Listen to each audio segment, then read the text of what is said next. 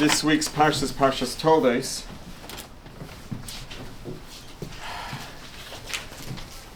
We have in the PARSHA the story of Yitzchak giving blessings, 10 blessings to Yaakov. He gave him these 10 blessings, and it is said that the 10 blessings that Yitzchak gave to Yaakov correspond to something else that has the number 10, which is the 10 utterances, the Aseret Dibros, commonly referred to as the 10 commandments. They are 10 commandments, but Dibros doesn't mean commandments, it means utterances. So that's what it says, that Yitzchak gave Yaakov these 10 blessings, which are related to these 10 utterances, the 10, is it utterances? Speakings. Memories would be the 10 utterances, 10 speakings, whatever. Let's call it the 10 commandments. So the 10 blessings correspond to the 10 commandments. Now, when we say that the 10 blessings correspond to the 10 commandments and they have the same number, this is not a case of, oh my goodness, they both have the number 10, yay, that's so cute. That's not what this is. What we're saying, really, it's actually the reverse. What we're saying is, there is something that is fundamentally common. Not common, there is a way in which these two things, the 10 commandments and the 10 blessings that Yaakov receives, are fundamentally connected. And the connection between them, the thing that they share in common, is expressed in the number 10. And therefore, we see both of them have the number 10, because the number 10 is an expression of the thing that they have in common. So we're working backwards, because we're on the outside, we see the number 10 here, number 10 here. Oh, okay, they both have the number 10 because of something they share in common that is expressed in the number 10. It's not that we're saying that they have something in common because they share the number 10. The fact that they share the number 10 is because of the thing that they have in common. The number 10 is the evidence to us, or it's the thing that lets us know, by the way, there's something going on here behind the scenes. But the number 10 is the effect, and the thing that they have in common is the cause, not vice versa.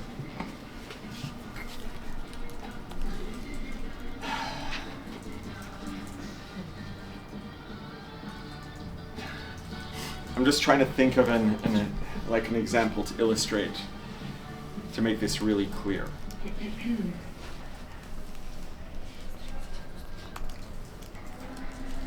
Let's say, for example, someone is teaching a class, and it's someone who is a classroom teacher, and they put in a lot of effort, they really care about their students, they really care about doing a good job, and they really work on being the best teacher they can.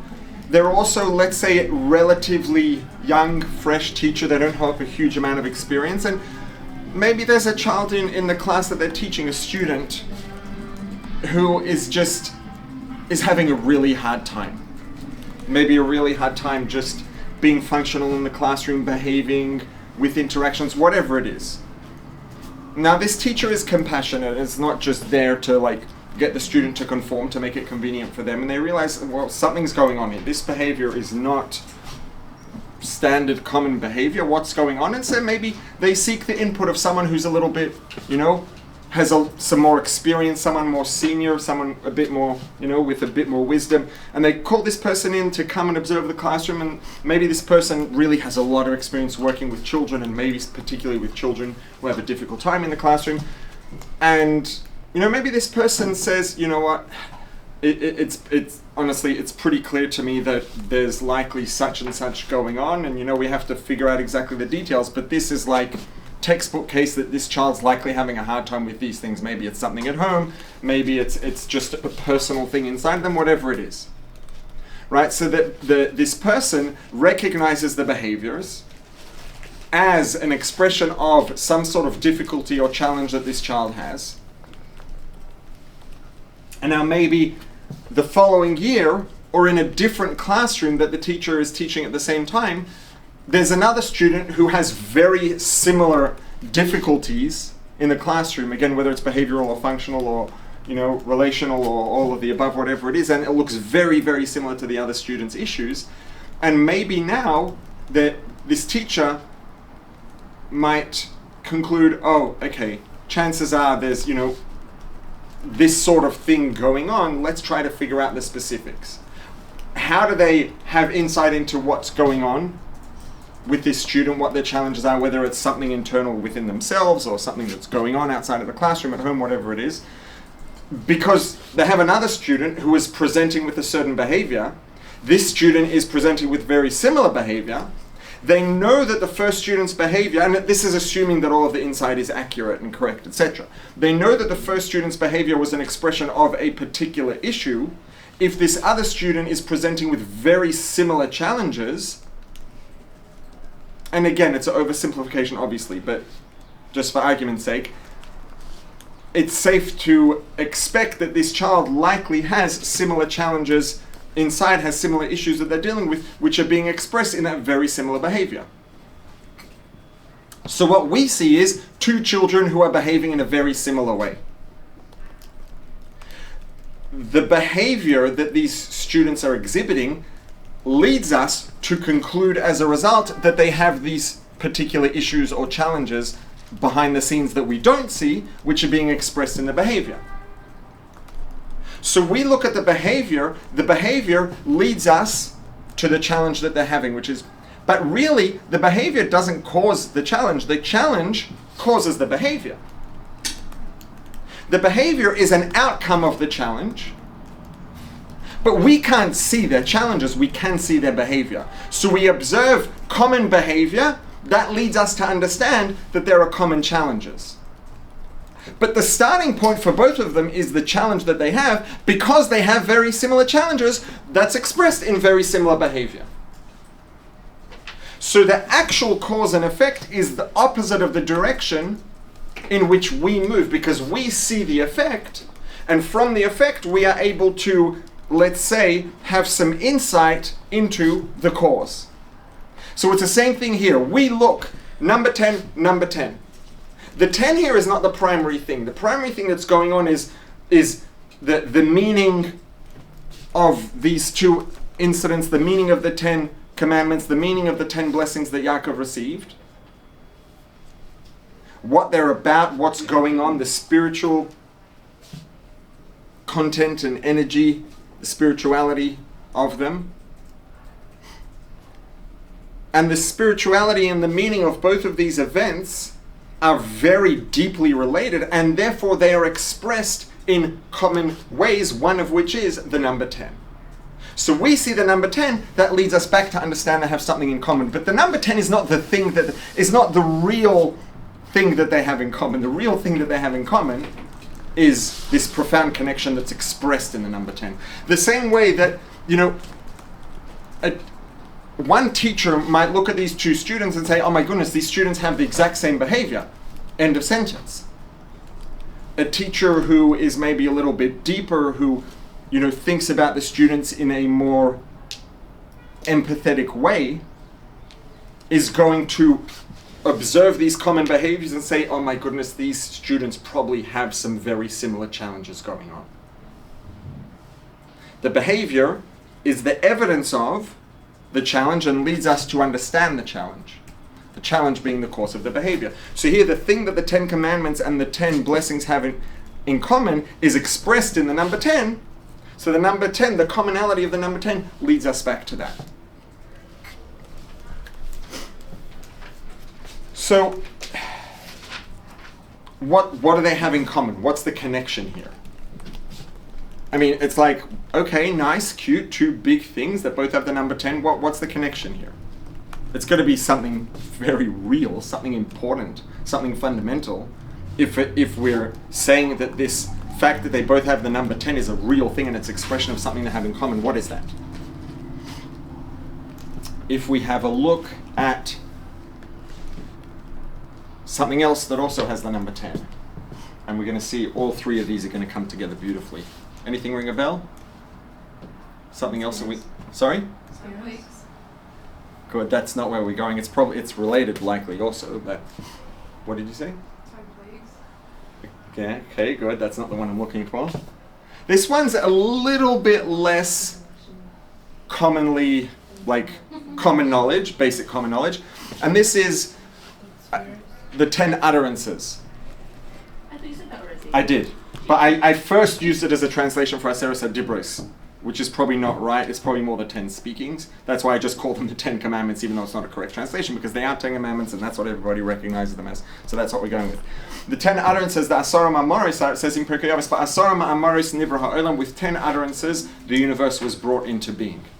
So Hashem brought the universe into being through speech, and there are these 10 primary categorical utterances, or 10 primary utterances, each of which is the starting point of the coming into existence of 10 categories of existence, and everything that exists fits into those 10 groups or categories. So with these 10, and each of the utterances can be broken down and etc. But there are these 10 utterances with which Hashem created the world. So we have 10 utterances with which Hashem created the world, 10 commandments, 10 blessings. Questions? Something? What are the two tens we're comparing? Sorry. So the two that we're comparing, the two that we started off with are the 10 commandments and the 10 blessings that Yitzchak gave to Yaakov. We are now introducing a third thing with the number 10, which is the 10 utterances with which Hashem created the world. Let me put it down on the board just to...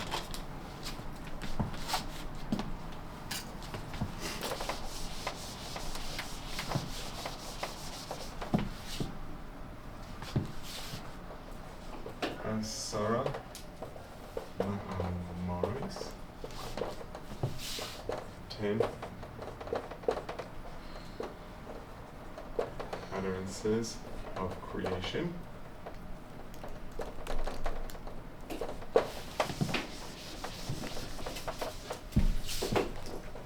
Aseres HaDibros, 10 commandments.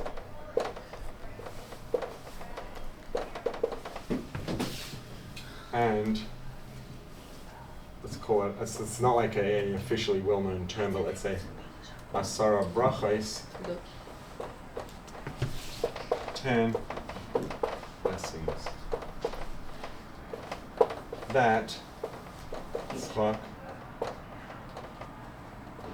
gave to Yaakov.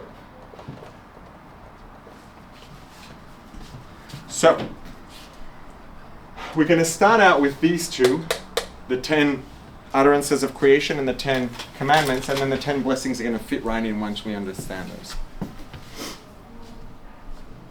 So, obviously we're going to be going forward with this same idea, which is that there is a very fundamental, not just deep, but fundamental meaning. It's relevant to the whole point and the whole identity of these two things, of the utterances with which the universe was brought into being and these commandments.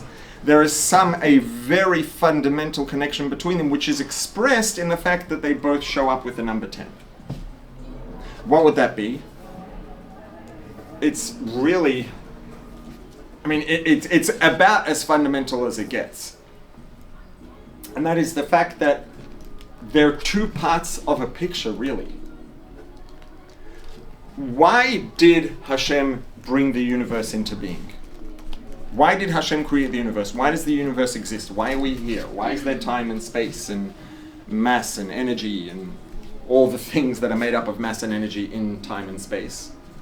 Because the Midrash says, Hashem wanted to have a dwelling place. Don't type that into Google Translate. You could if you want, but Hashem wants you to have a dwelling place in, and Google, seeing as you're going to be listening as soon as this video gets uploaded, what it actually means in the context is Hashem wants you to have a dwelling place in this lowest layer of reality, this physical layer of reality. In modern day Hebrew, tachtoni means underwear, and that's how Google translates it. It means what?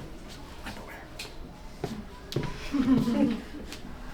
I remember the first time I did that in Google Translate and had a chuckle. Anyways, The coin drops so very slowly. sorry. I just understand. So yes, Google, update your translation, please. In that context, at least. So Hashem wanted to have a dwelling place in this physical world. Now, what that means is not Hashem wanted to be here, because guess what? Hashem is here. Right? Everybody knows the song, Hashem is here, Hashem is there, Hashem is truly everywhere. Hashem's here, up, down, down, all around, yeah? Hashem is here. Can you keep that in the video? Sorry? Can you keep that in the video? Yeah, okay. So, there is no point in space from which Hashem is absent. So what does it mean to bring Hashem into this world? Hashem is here. There is being in the world, in this physical world, as in this physical space being a geographical location in which Hashem is. Hashem is not absent, Hashem is in every point in space. And then there is the divinity being integrated into the fabric of physical existence. Not just being here, but being integrated into physical mass, physical matter, being integrated into physical energy. So it's not just they both occupying the same point in space, that this table occupies space that is also occupied by Hashem. Obviously, no point in space can be occupied by two physical things at the same time, but Hashem's not physical. So Hashem can occupy the same space that something else is occupying. It's not really Hashem doesn't occupy the space is in Hashem, separate conversation, but more or less. So the point is not, oh, Hashem is, we're bringing Hashem into this space because Hashem is in this space. It's integrating Hashem into the fabric of the space itself.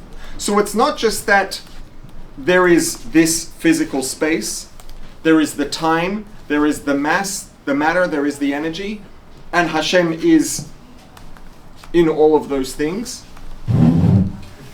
Or Hashem is occupying the same time and space that those things are occupying, but then there's Hashem being integrated into it. Right? We wouldn't take this into the bathroom, we wouldn't put it on the floor or in the garbage. Why? Because it's holy. What does it mean because it's holy? Say, well, because the rule is it's holy and you have to treat it respectfully. What does that mean that it's holy? It's not just a rule. There's a reason why we treat it with respect. Because what does it mean it's holy?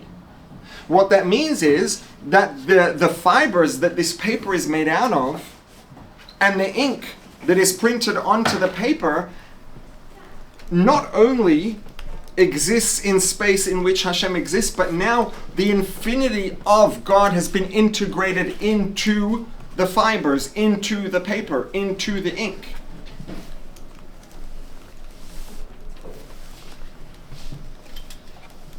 For a person, it's a little bit easier to understand because we have consciousness and we have a conscious experience. Right? So there could be things that we are in the presence of, but that are not integrated into our conscious experience. They're not part of who we are. Sorry, you said that. There could be things that we are in the presence of. It's very possible. It's not only possible, it's most of the time for most people. The things that we are in the presence of, or even the things that are happening to us, are not necessarily integrated into our conscious experience.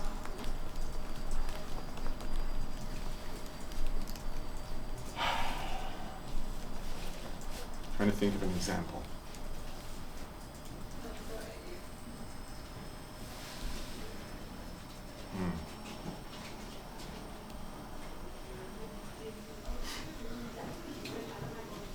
I mean, there are many layers at which we could do something like this. But let's say, for example, a person can become aware of a piece of information, become aware of a fact, and I would hazard a guess, and I would more than hazard a guess, I would bet good money if I was a betting person, that every single person in this room has a piece of information that we are aware of, that we know/believe in here to be true and correct, and that our behavior does not necessarily reflect 100%. Yes? I'm sure everybody could at least imagine that being the case for someone else. So that means that there is something that we know about. It's not absent. It's in here. We could all write it down. We could explain the idea to someone else. We could teach it.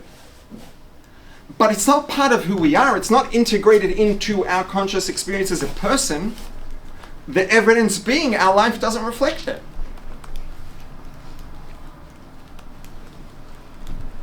Now, with something that's inanimate, that doesn't have a conscious experience, it's a little more abstract, this idea of something being integrated. But it's a similar sort of thing. This book is in the presence of Hashem, and the space that this is occupying has in it simultaneously the infinity of the Creator, but that, let's say, to a degree, two separate things in the same space. Then there is taking the paper and the ink and using it to print Torah, and especially using it then to learn. And in doing so, not only is this in the presence of the Creator, but the infinity of the Creator is now integrated into the paper and into the ink.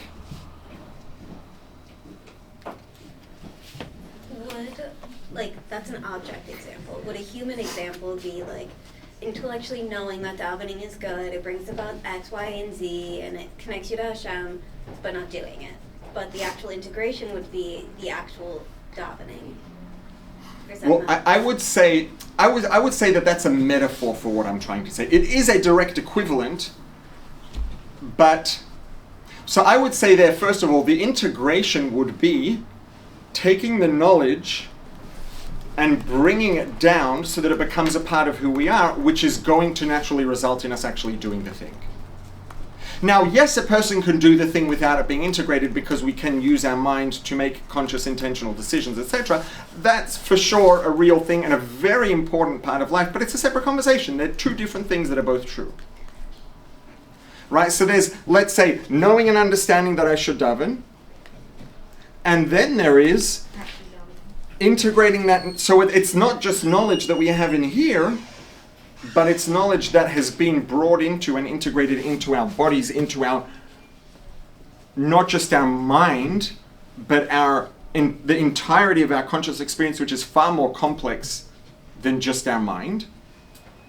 And once it gets integrated into who we are, and this is the whole idea of Chabad, right? It's Chachma Bina, but then Das, the point of all the learning and understanding, is for that to filter down and then influence the person that we are as a result. So that over time, our real human emotions start to reflect the ideas that we understand. The point's not the understanding, the learning. The point of Chabad is not to be academic. The Alter Rebbe's objective was never that we should be the most academic. The Alter Rebbe's objective was that the learning should inform and shape our perspective and perception, which should then influence the meat and potatoes of who we are, which is our emotions, which result in our emotions produce behavioral tendencies, aka midos, and our behavioral tendencies that are a product of our emotions, of the way we feel, are the primary driver behind our behaviors, our actions. So the point is the integration from being an idea in here to being a part of, not something we know, but a part of who we are as a person. That's the integration.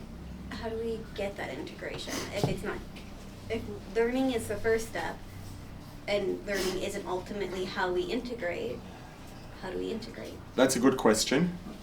So in I would say in Darkei Chassidus, in the Darkei Chassidus means the paths of Chassidus in Chassidic, I wouldn't say culture, but in Chassidus has two very important parts. One is on Yutes Kislev, which is the Rosh Hashanah of Chassidus coming up. We wish each other Lashana Tova, it should be a good year, B'limud Chassidus, in the learning of Chassidus, U'B'darkei Chassidus, in the ways of Chassidus. Right. So one is the learning, which is super important.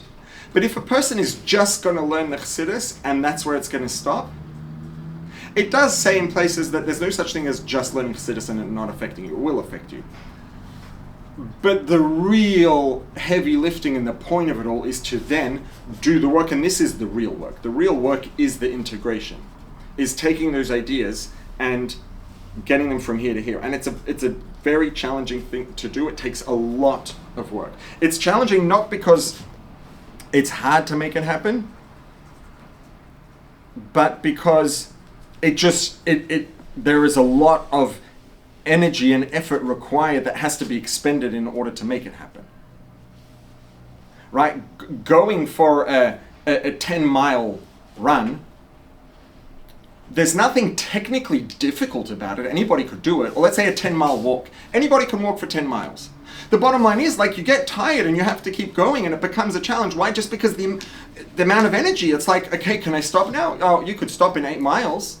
Keep going, right? Why is it challenging? It's not because there's anything hard about the thing per se. It just requires an immense amount of effort. This is work that requires a huge amount of effort. Right? Like playing chess, and I think I've mentioned this recently. Right? And for someone who, you could have someone who has a brilliant mind and has all of the academic and intellectual talent to be an extraordinary chess player, but if they have never sat down and focused on something, that's the skill that they're going to have to learn before they have any chance of performing in chess. And to do that for someone who's not used to doing it, it's a very, very, very demanding thing to do. So it's the effort that we have to put in to do the work. It's not that it's a hard as in, it's hard to lift 500 pounds. Like, I'll try, I won't be able to do it. But then there are things that we can do if we're game and motivated to put in the effort, but it's going to take a lot of effort to do it. So is the integration in this case like sitting down and mulling over what you've learned and feeling the feelings and hashing it out with yourself and Hashem? Good question. I would say more or less the answer is yes. If we want to broaden out a little and add to that a little, the integration is the process of taking it from here to here, right? Now, part of that is going to be, some people use the word meditation. The technical translation, more accurate translation of the word that Chassidus uses is hisponenus, which is contemplation. Now, effective contemplation, I think, probably involves some skills of either meditation or somatic presence, or both. Because to contemplate, the whole point of it is not to just contemplate in here, but to contemplate, to think about it deeply, not as an idea, but as a person. Which means we're thinking about it with our body, not just with our head. We're thinking about it with our feelings, not just with our head. Right? Now, what does it mean? You can't think about something with your feelings. Right? Now, I actually did in a Fabringen last week, I did a somatic experience of an idea in Chassidus that was almost a half hour long. It ended up being 28 minutes. It's not live on YouTube yet, but it will be sometime soon. Once it's up, I'll, if I remember, I'll let you know. But I think that it can be a very helpful and effective and powerful skill and approach to help getting ideas from here into here, rather than trying to think them down into our body, which we can spend all day and night doing. It's very hard to think something down into our body with our head. If we can invite it, if our body can invite it in and bring it in, rather than trying to send it down, I think it's, personally, I, in myself and others, see a lot more of a productive outcome per amount of time and effort invested. So, becoming present in the body, very present. Maybe we could try something like this next week for a few minutes. Becoming very present in the body, and then as we become very present in our bodies and with ourselves as a person down in here, introducing an idea into that space and that presence So we're basically introducing and inviting the idea into our experience that's inside of our body now, as opposed to when we usually think about something in our head. And that can result in a completely different experience, completely different. But the point is, one way or another, the idea is to get it from being just an idea to being something that's part of who we are, which involves really breaking it down, discussing about it, or discussing it, arguing about it with friends, going back and forth, fabraining about it, going over it, digesting it. All of those things, part of it is just spending time with it actively, which means, but not just academically as a thinking about it as a concept, but spending time with it experientially, which means discussing it with friends and arguing about it and going back and forth and breaking it down and all of those things, because part of it is just a process that requires interaction, right? And as we interact with an idea,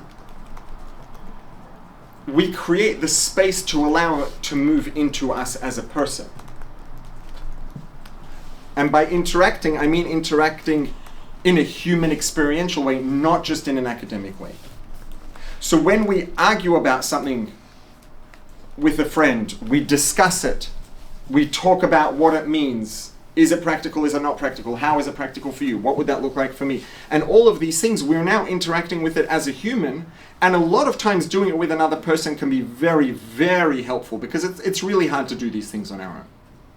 And when, the nature of two people interacting with an idea is there are going to be differences of opinion, which invites conversation and discussion and argument and debate and back and forth and a lot of playing with the ideas and investigating. And those things, those are interactions which really create a opportunity for the ideas to move into us as a person rather than just being an idea that we know. So there are a lot of different ways to do it. But ultimately, the objective is, the reason that all of this exists is to integrate the infinity of the Creator godliness into the physical matter of this layer of reality, into the physical mass, into the molecules, into the atoms, into the subatomic particles. Not that the protons and electrons and the neutrons and the quarks should be in the presence of God, because they already are. But that the infinity and divinity of the Creator should be integrated into the mass, into the energy. It should be not mass that's in the presence of God, but divine mass, because godliness has been integrated into it. How do we do that? By interacting with it, by using it for the things that they're supposed to be used for, by using them to do the things that we're supposed to be doing. Every time we do a mitzvah, right? We eat food. A person can eat food, and we could eat food because it's a mitzvah, let's say, but that's like very obvious and very niche, and most of us are not. Most of the food we eat is just, for very functional purpose. But you know what? If someone, and we've talked about this, the idea of being a kohen in the Bikurim, if a person wakes up in the morning and says, Moida ani lefonecha, and acknowledges and thanks Hashem, acknowledges that I'm here for a purpose. I am here for a reason. I am here to elevate the world, to integrate the infinity of the Creator into the world. And to do that by being a healthy, functional human being who does the things I'm supposed to do according to Torah mitzvahs, which includes being healthy and being functional and being an actual human being. So if a person can have this awareness very, very deeply integrated into who they are and what drives them, and a person can, during the day say, you know what, I'm getting a little maybe overwhelmed or stuck. I'm going to go outside and just move my legs, go for a walk out in the sun for 15 minutes in the fresh air, because that's what I need to refresh. Now, even if the person doesn't say, I'm going to go for a walk to serve Hashem, to be healthy, because it says you have to be healthy in the Torah, but the person's just going because that's what they need to do right now. But this is a person who the whole foundation of everything they do is that, then in going for a walk, the calories that they're expending to move their feet and the food they ate from which they obtain those calories are all having divinity integrated into them because they are being used to serve Hashem. Because being a person and a healthy person and a functional person is a huge part of what we're here to do, if we're doing it with the right motivation and as a foundation and basis for the right things that we do on top of that. So if our general mindset is correct, is correctly informed and motivated to the extent that we are, in a position to achieve right now, because all of us could be more deeply and, inspired and have a more complexly informed perspective and inspiration and motivation, all those things, that's true. And part of what we're here to do is to do what we can to keep moving forward in that direction. But if for where we are now, we have the motivation that we could and the mindset that we could and the perspective and awareness that we could. And just to be clear, because there are so many ways that our minds can slip us up here if they want to. Even if I could have been in a very different place had I done A, B, C, D, E, F, G, 50,000 different things over the course of the past, decades. But if for right now, who I am here right now and what I'm doing right now, I'm doing what I can do, then every single part of what I'm doing, if I'm doing it for the right reason, is involved in serving Hashem, in doing what I'm here to do, and everything that's involved gets divinity integrated into it.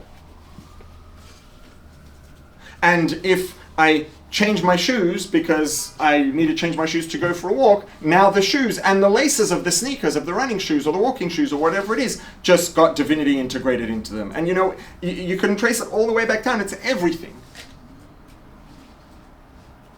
The point of it all is to integrate the infinity of Hashem into existence, into the fabric of this physical layer of reality, into the mass, into the energy, into the calories, into the subatomic particles, into the joules. So, with that example of taking a walk, is it something I'm going to ask an obvious question, but it's not actually what I'm asking. It's not something you have to drive yourself crazy over. Of okay, my intention right now is I'm going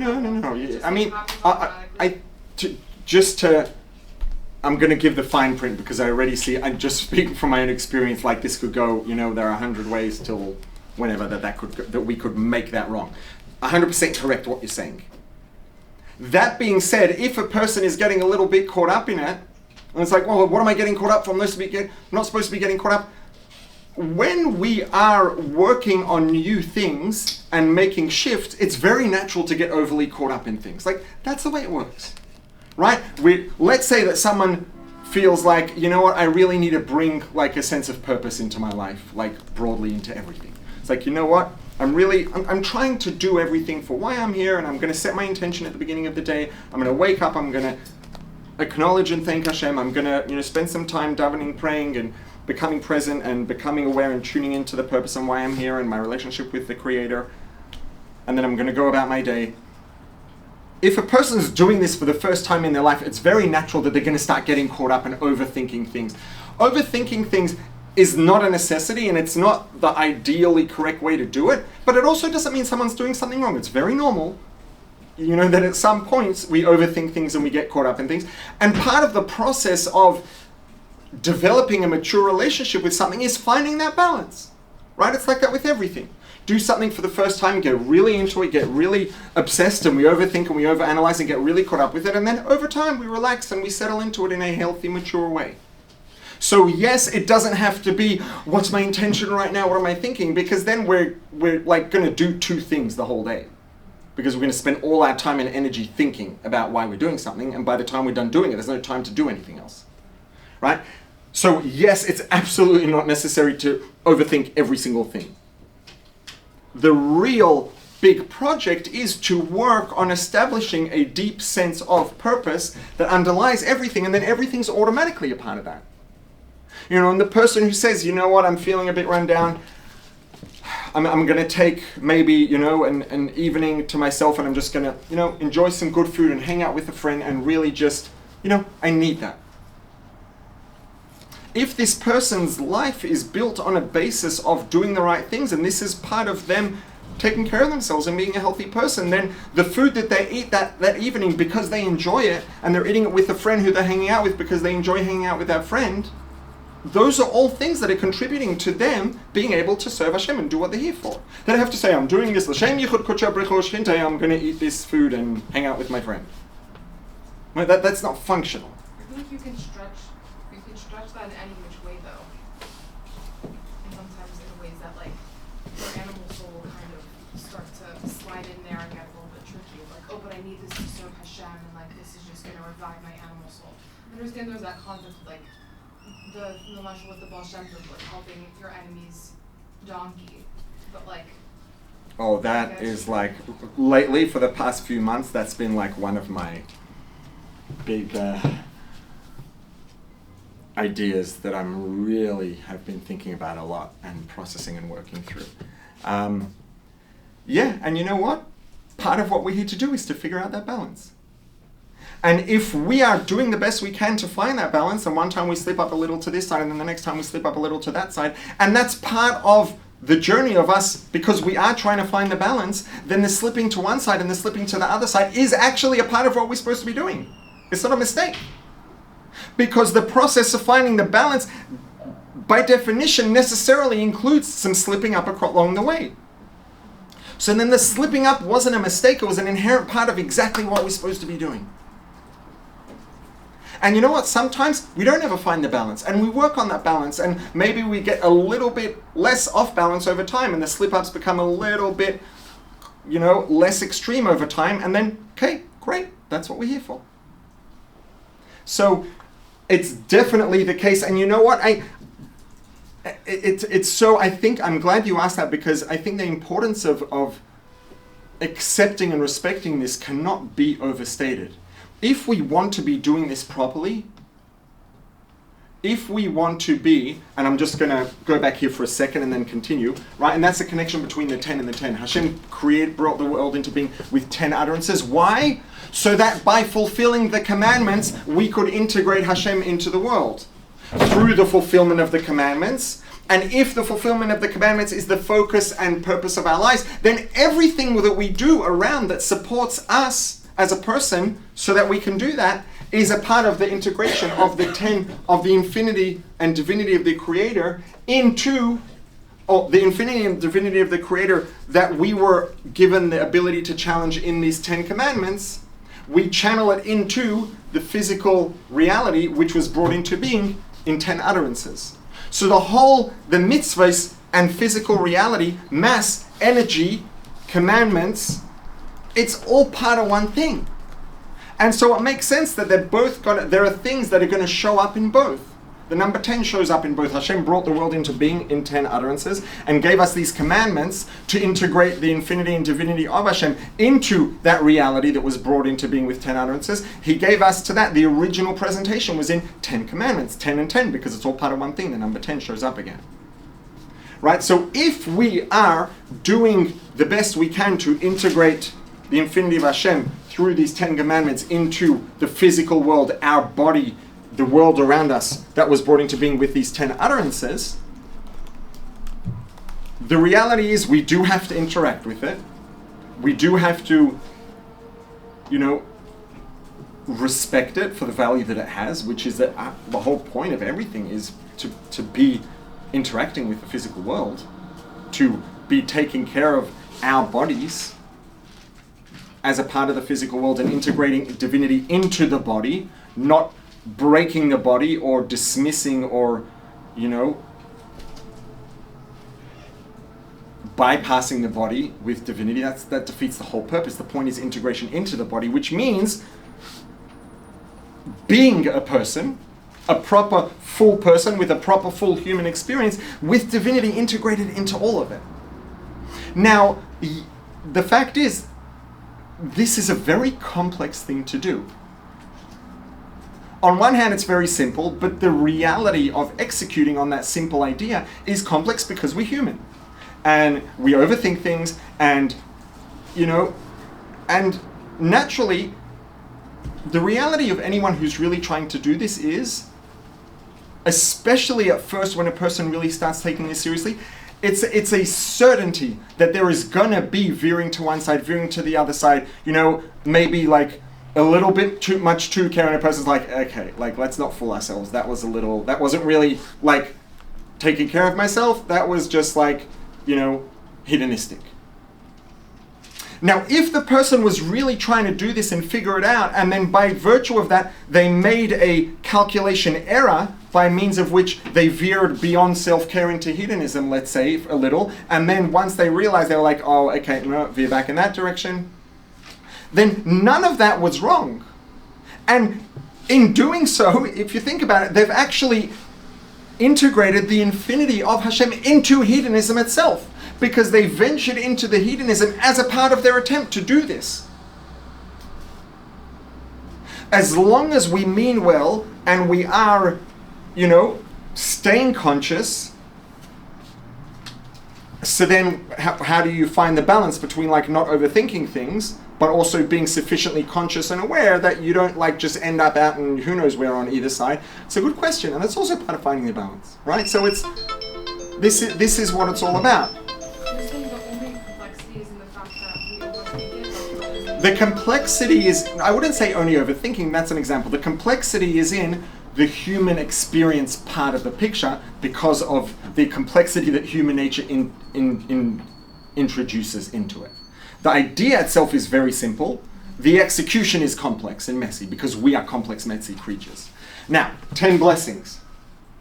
What do 10 blessings have to do and how do they tie in? It's very simple.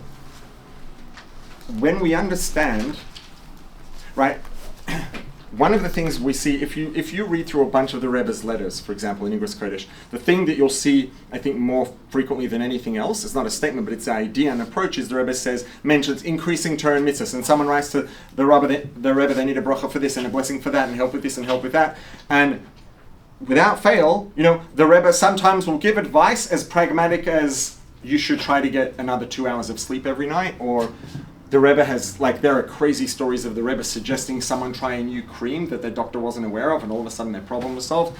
Together with those pragmatic things, the Rebbe will almost always mention increasing Torah mitzvahs. Why?